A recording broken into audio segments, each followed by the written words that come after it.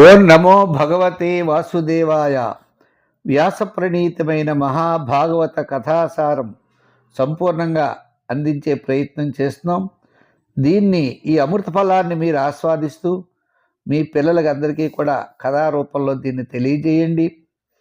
ఆ వాసుదేవుడి యొక్క అనుగ్రహం అందరికీ ఉండాలని చెప్పి కోరుకుంటూ, కరారవిందేన పదారవిందం ముఖారవిందే వినివేశయంతం వటస్య పత్రస్య పుటేశయానం బలం ముకుందం మనసా స్మరామి. కృష్ణం వందే జగద్గురుం. ఓం శ్రీ మహాగణాధిపతయే నమః. ఓం నమో శ్రీ లక్ష్మీ వెంకటేశ్వర స్వామినే నమః. ఓం నమో భగవతే వాసుదేవాయ. ముదాకరత్తమోదకం సదా విముక్తి సాధకం కళాధరావతంసకం విలాసిలోకరక్షకం అనాయకైకనాయకం వినాశితే బదైత్యకన్నత శుభాసునాశకం నమామి తం వినాయకం.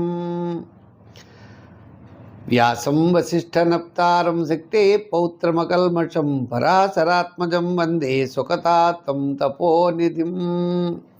శ్రీ గురుభ్యో నమ, పితృభ్యో నమ, మాతృభ్యో నమ.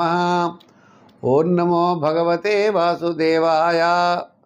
వ్యాస భగవానుడికి కూడా ప్రణామాలు మనం సమర్పించుకుంటూ, ఈరోజు షష్ఠ స్కందం, శ్రీమద్ మహాభాగవతం షష్ఠ స్కందం, మరి 5వ అధ్యాయం అన్నమాట. నారద మహాముని దక్ష ప్రజాపతి శపిస్తాడు. నారదుడిని దక్షుడికి శపిస్తాడు. ఈ సంబంధమైన వ్యవహారం అంతా మనం తెలుసుకుందాం. ఇక్కడ ఒక చిన్న విషయం ఉంది. బ్రహ్మజ్ఞానం తెలియాలని ఒకడు అనుకున్నాడు. బ్రహ్మజ్ఞానం తెలియడం ఏమిటండి అని ఓ గురువుగారి దగ్గరికి వెళ్ళాడు. ఆ గురువుగారికి నమస్కారం చేసి, అయ్యా, నేను బ్రహ్మజ్ఞానం తెలుసుకోవాలనుకుంటున్నాను స్వామి, నాకు ఏదో విధంగా మీరు బ్రహ్మజ్ఞానాన్ని బోధించాలి అన్నారు.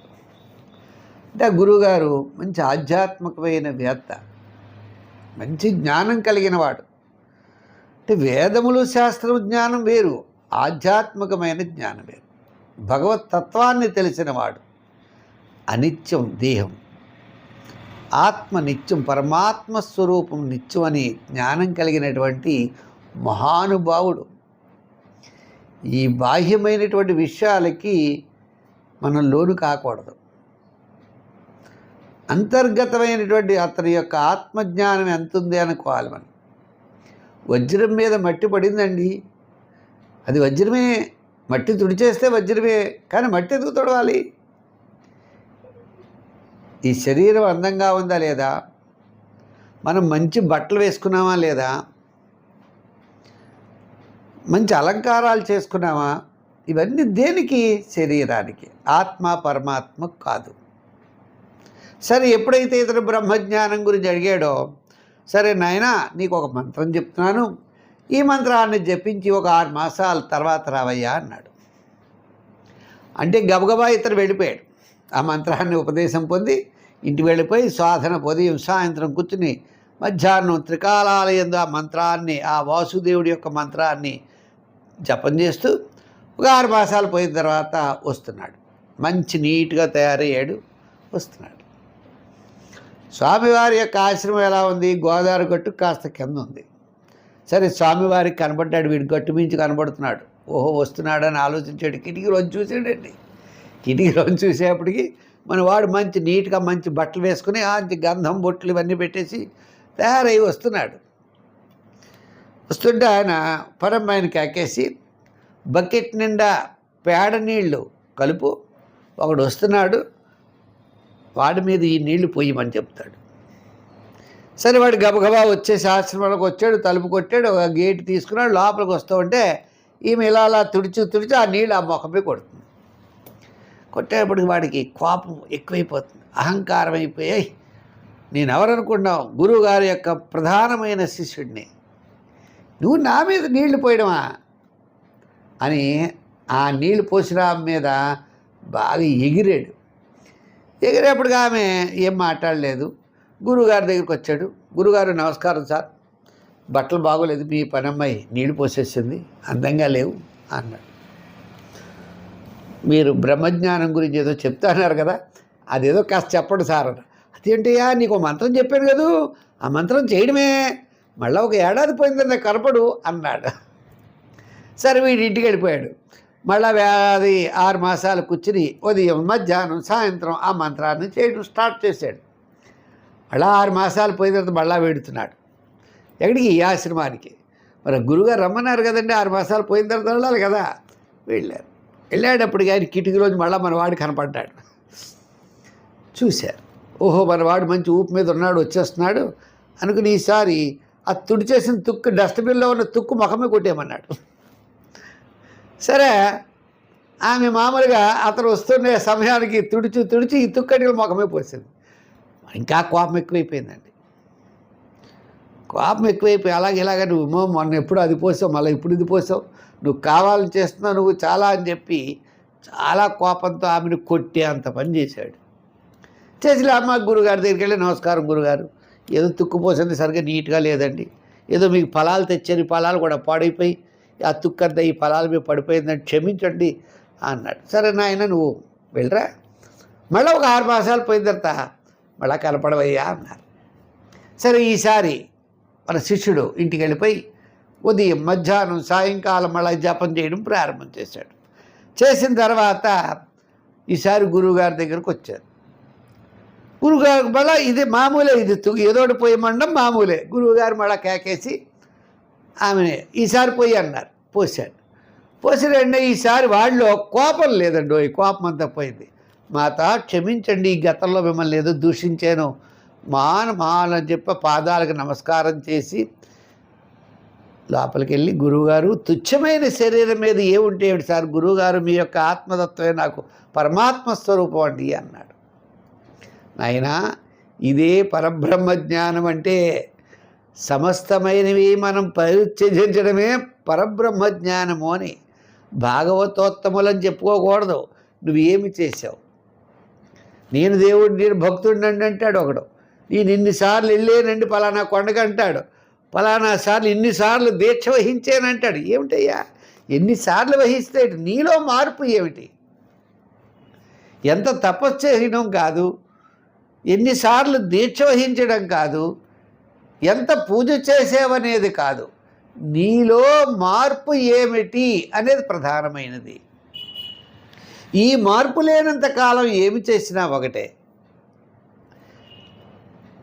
సరే వీళ్ళు మహావిష్ణు యొక్క శక్తి ప్రభావం వల్ల దక్షునికి పంచజనుని పుత్రిక అయిన అసిక్రి యందు హరియస్సులు అనే పేరు గల 10,000 మంది పుత్రులు కలిగేట. ఎవరికి? దక్ష ప్రజాపతికి. మరి దక్ష ప్రజాపతి శ్రీమన్నారాయణుడి గురించి తపస్సు చేస్తే ఆయన అన్నాడు, ఈ అశక్తిని వివాహం చేసుకో, ఈమె యందు నీకు సంతానం కలుగుతారు, నువ్వు సంతానం యొక్క అభివృద్ధి సృష్టి కార్యక్రమం అంతా నువ్వు చెయ్యాలి అన్నాడు.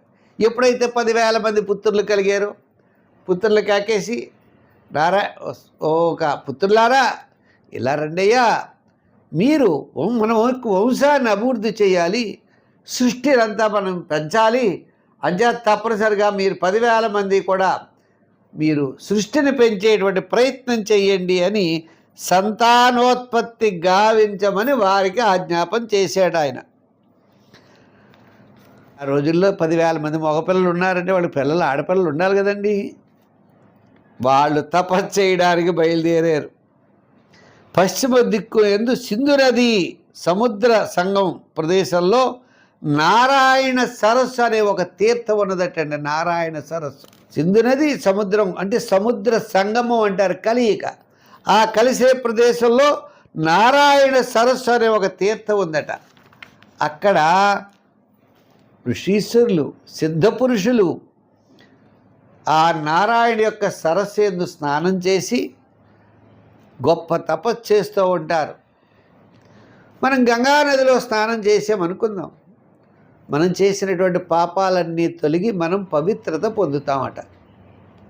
పవిత్ర నదుల్లో స్నానమాచరించడం ద్వారా మన సంచిత పాపము, మనం పోగేసుకున్నటువంటి పాపం ఏదైతే ఉందో ఆ పాపం తొలగి వాడు పరిశుద్ధుడవుతాడని అర్థం. అంచేత ఈ నారాయణ సరస్సులో స్నానము చేసిన వెంటనే హర్యస్సుల యొక్క అంతఃకరణాలు పరిశుద్ధమయ్యాయట. అప్పుడు వారు భాగవత ధర్మాల యందు వారి యొక్క మనస్సు నిమగ్నమైపోయింది. తండ్రి ఏమన్నాడు, నాయనా భాగవత ధర్మాలు అంటే మళ్ళా వేరు, భగవంతుడు ఒక్కడే ఇవన్నీ వదిలేయాలి అని భాగవతం చెప్పినటువంటి వేదాంత విషయం కదండి. శ్రీమన్నారాయణ పొందాలి అంటే బాహ్యమైనటువంటి ఇవంతా వదిలేయమని చెప్పింది. మరి ఈ సృష్టి అంతా చేయమని చెప్పింది శ్రీమన్నారాయణుడే. ఇదలా చేత స్వామి భగవంతుడు విష్ణుమూర్తి ఒక మాయలో మనల్ని పాడేస్తాడు అంతే. ఈ భూమి మీదకి వచ్చినంటే నేను నాది అనే మాయ ఆయనే సృష్టి కల్పిస్తాడు మనకి. మనం తెలుసుకోవాలి. ఎలా తెలుసుకుంటాం?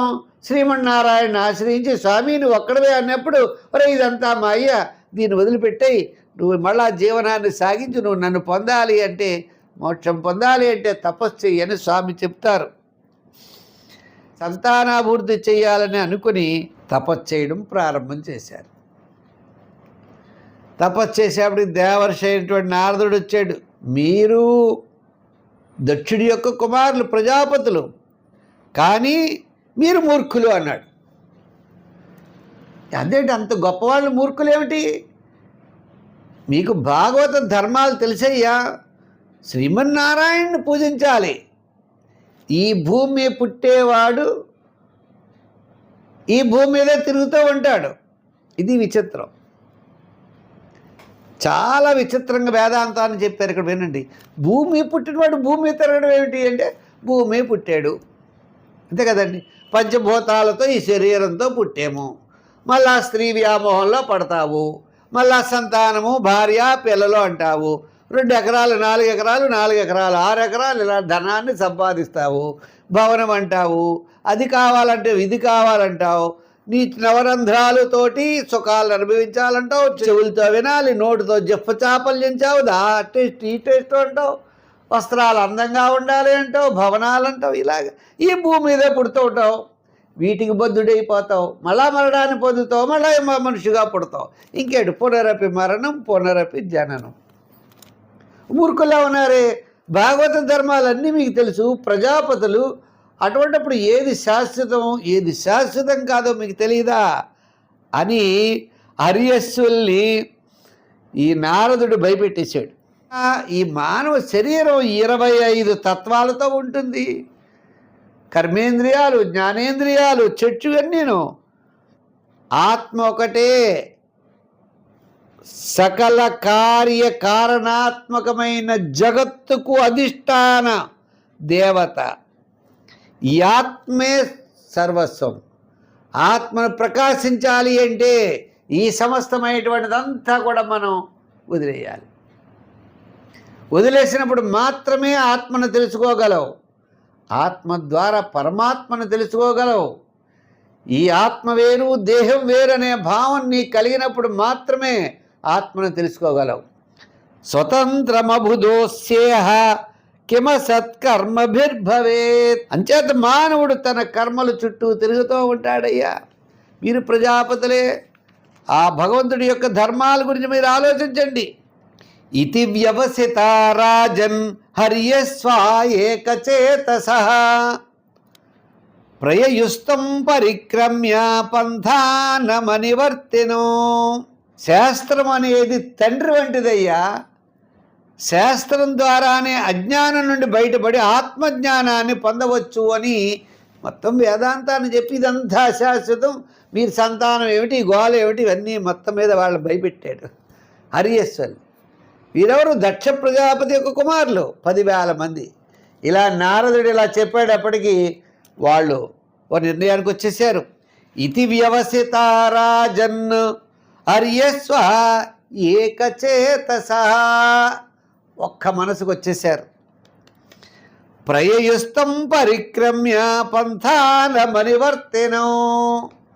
ఆ నారద మహామునికి ఒక్కసారి పరిక్రమణ చేసి వాళ్ళు అక్కడి నుంచి బయలుదేరి శ్రీమన్నారాయణుడి గురించి తపస్సు చేయడానికి వెళ్ళిపోయారు. అనంతరం ఆ దేవర్షి అయినటువంటి నారదుడు చెప్పాడు. నారదుడు కూడా వచ్చిన పని అయింది. ఆయన కూడా ఆ విష్ణులోకాన్ని వెళ్ళిపోయాడయ్యా. ఇలా వెళ్ళిపోయిన తర్వాత దక్షుడు బాధపడ్డాడు. ఏమిటి 10,000 మందిని మనం సంతానాన్ని సంపాదించాం అంటే జన్మించారు నా పుత్రులు. రే నాయనా, సృష్టిని పెంచండిరా అంటే మళ్ళీ తపస్సు చేయడానికి వెళ్ళిపోయారు. శ్రీమన్నారాయణుడు ఎప్పుడైతే వెళ్ళారో పునరావృతి రహితమైనటువంటి శాస్త్రం విష్ణులోకానికే కదా. మరి దక్షుడిని ఏమన్నాడు శ్రీమన్నారాయణుడు ప్రత్యక్షమై, ఓ దక్ష, నువ్వు సంతానాన్ని అభివృద్ధి చేయమన్నాడు, ఈ సృష్టిని అభివృద్ధి చేయమన్నాడు. వాటికి ఈయన 10,000 మంది పుత్రుల కంటే ఈ నారదుడు వచ్చి ఆ 10,000 మందికి ఏదో చెప్పాడు, వాళ్ళు వెళ్ళిపోయారు. ఆ బ్రహ్మదేవుడు వచ్చాడు, నారదుడు ఇలా చేసాడని చెప్పాడు ప్రజాపతిని. ఆ ప్రజాపతిని ఓదార్చి మళ్ళా అశక్రియందు 1000 మంది పుత్రులు ఉదయించారు. తర్వాత వాళ్ళు శబలాసులుగా పేరుగాంచారు. సరే, వారిని కూడా పెద్దవారైన వారిని కూడా సంతానాన్ని వృద్ధి చేయమని ఆజ్ఞాపించారు. వారు తపస్సు ఆచరించడానికి పూర్వం తమ సోదరులు సిద్ధి పొందిన నారాయణ సరోవరానికి తీర్థానికి చేరుకున్నారు. ఈ బలాసులు శబలాసులు అంటారు. ఈ శబలాసులు నారాయణ సరోవరాన్ని చేరుకున్నారు. అక్కడ స్నానం చేశారు. వీరి మనస్సంతా కూడా మాలిన్యాలన్నీ తొలగాయి. వారు పరబ్రహ్మస్వరూపమైనటువంటి ఓంకారాన్ని జపిస్తూ తపశ్చర్యందు ఆసక్తి పొంది తపస్సు చేయడం ప్రారంభించారు. ఎటువంటి తపస్సు అనుకుంటున్నారు? కొన్ని రోజులు జలాలే భక్షించారు, ఇంకేమీ తినలేదు. కొన్ని రోజులు వాయువునే భక్షించారు. ఇలా జపిస్తూ మంత్రాధిపతి అయినటువంటి శ్రీమన్నారాయణ్ణి వాళ్ళు ఆరాధించారు. ఆయన సర్వవ్యాపకుడు శ్రీమన్నారాయణుడు. వాళ్ళు శ్రీమన్నారాయణ్ని ఆరాధించారు. ఆరాధిస్తూ ఉండేప్పుడు ఈ లోపల మళ్ళా నారద మహాముని వచ్చాడు. ఓ దక్షపుత్రులారా, నేను మీకు ఇచ్చేటువంటి ఉపదేశాన్ని వినండి. మీకు మీ సోదరులు ఎందు వాత్సల్యంతో చెప్తున్నాను కనుక వారి మార్గాన్నే మీరు అనుసరించాలి. మీకంటే పెద్దవాళ్ళైన సోదరులు ఈ సృష్టిస్తాను, ఈ పిల్లలు, ఈ సంతానము బాయిమైంది వదిలేసి శ్రీమన్నారాయణ ఐక్యమందు పొందేటువంటి మార్గంతో వాళ్ళు మంచి తపస్సు చేసి శ్రీమన్నారాయణ యందు ఐక్యమయ్యారయ్యా. మీరు కూడా మళ్ళీ ఈ సంతానము, ఈ వివాహాదులు ఇవన్నీ వద్దు, మీరు కూడా ఈ విధంగా ఐక్యం అవ్వండి అని వాళ్ళని కూడా మళ్ళా ఈ ఆత్మజ్ఞానం అంతా కూడా వాళ్ళకి చెప్పాడు. మళ్ళా అక్కడి నుండి వెళ్ళిపోయాడు. వాళ్ళు సోదరులు అగ్రజులు ఏ మార్గాన్ని అయితే అనుసరించారో ఈ శబలాసులు కూడా ఈ దక్ష ప్రజాపతి యొక్క 1000 మంది సంతానము కూడా మళ్ళా శ్రీహరిని పూజ చేయడం ప్రారంభం చేశారు. సృష్టిని వదిలేశారు. ఇప్పుడు దక్షుడికి చాలా కోపం వచ్చింది. నారదుడి దగ్గరికి వచ్చాడు. రుణైస్త్రిభి అముక్తానాం అమీమాంసిత కర్మణాం విఘాత శ్రేయస పాప లోకయోర్భయో కృత.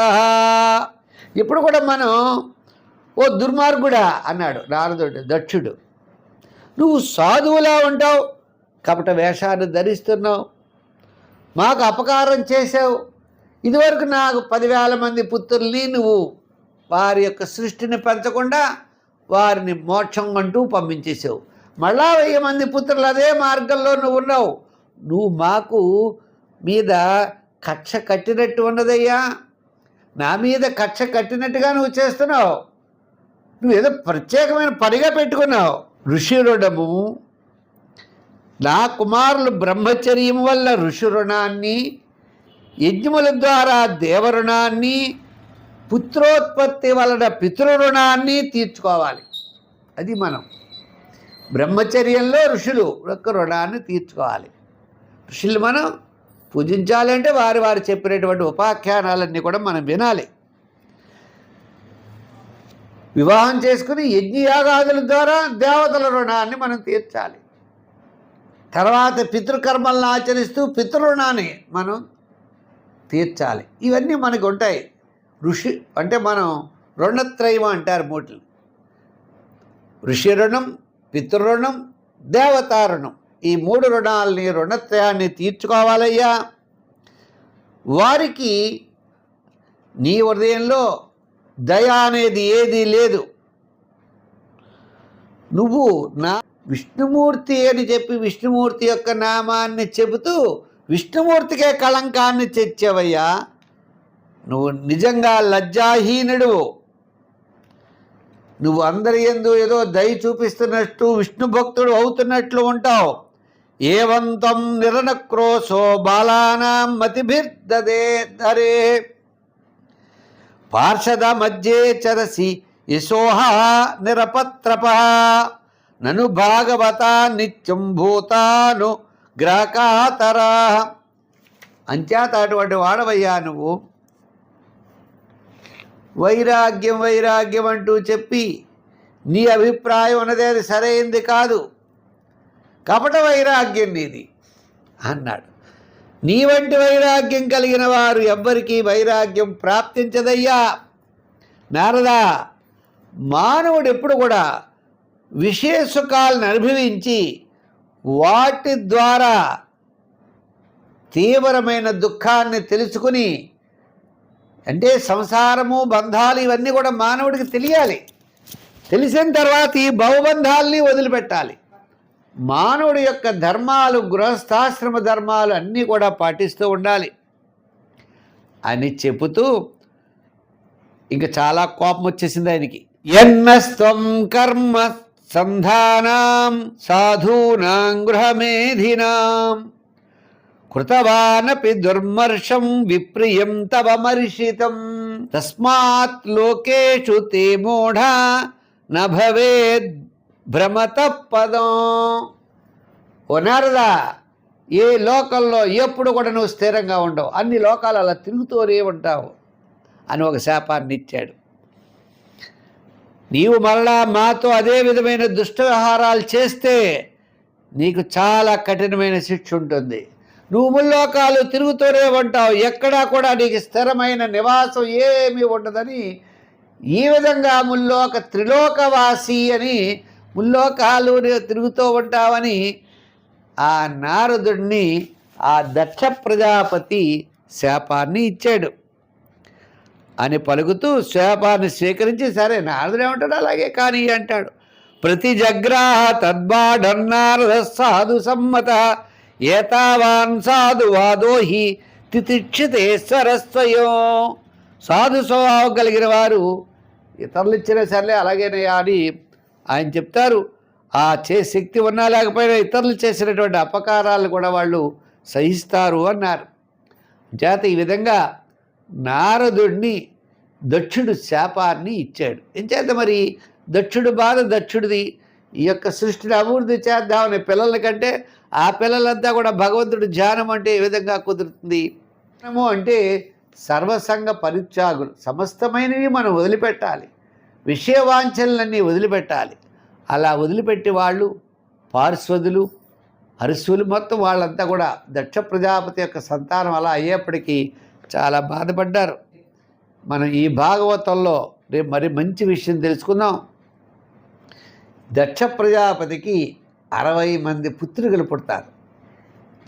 ఈ పుత్రులు ఎవరెవరిని ఏ విధంగా ఎవరి ద్వారా ఎవరు కలిగారనేటువంటి విషయాన్ని, దక్ష ప్రజాపతి యొక్క సంతానం యొక్క గొప్పతనాన్ని మనం విందాం రేపు సృష్టి క్రమాన్ని అని తెలియజేస్తూ, మరి మా భాగవతాన్ని 10 మందికి వినిపించండి, పంపించండి. విన్నవాళ్ళు మొట్టమొదట ఒక లైక్ చేయాలని భావం కలగాలి. ముందర ఫస్ట్ కార్యక్రమంలో మన కార్యక్రమంలో ఒక లైక్ కొట్టండి. తర్వాత సమయం ఉంటే తప్పనిసరిగా ఎవరికైనా భక్తులకి పంపండి. అదేవిధంగా ఆ భగవంతుడి యొక్క వాసుదేవుడి యొక్క అనుగ్రహం మీకు మాకు తప్పనిసరిగా ఉంటుంది. ఆ భగవంతుడి యొక్క వాసుదేవుడి యొక్క అనుగ్రహం నాకు తప్పనిసరిగా ఉండాలని చెప్పి కోరుకుంటున్నాం. ఎందుకంటే స్వామి అనుగ్రహం లేనిదేవో నోట్లో చేవో మాటలు ఏమి రావు. స్వామి ఆయన చెప్పించుకోవాలి, మీరు వినాలి. మా యూట్యూబ్ ఛానల్ పుల్లెల సత్యనారాయణ అని ఉన్నది. ప్రతి కథ కూడా పెట్టుతున్నాం మేము. మీరు ఒక రోజు వినలేకపోయినా రెండో రోజు వినొచ్చు. అలా పాతవన్నీ కూడా వింటూ ఉండొచ్చు. మీకు సమయం ఉన్నప్పుడు తప్పనిసరిగా ఆ వాసుదేవుడి యొక్క అనుగ్రహం అందరికీ ఉండాలని చెప్పి కోరుకుంటూ రేపు మళ్ళీ మంచి విషయంతో కలుసుకుందాం. సర్వే జన సుఖినో భవంతు. స్వస్తి.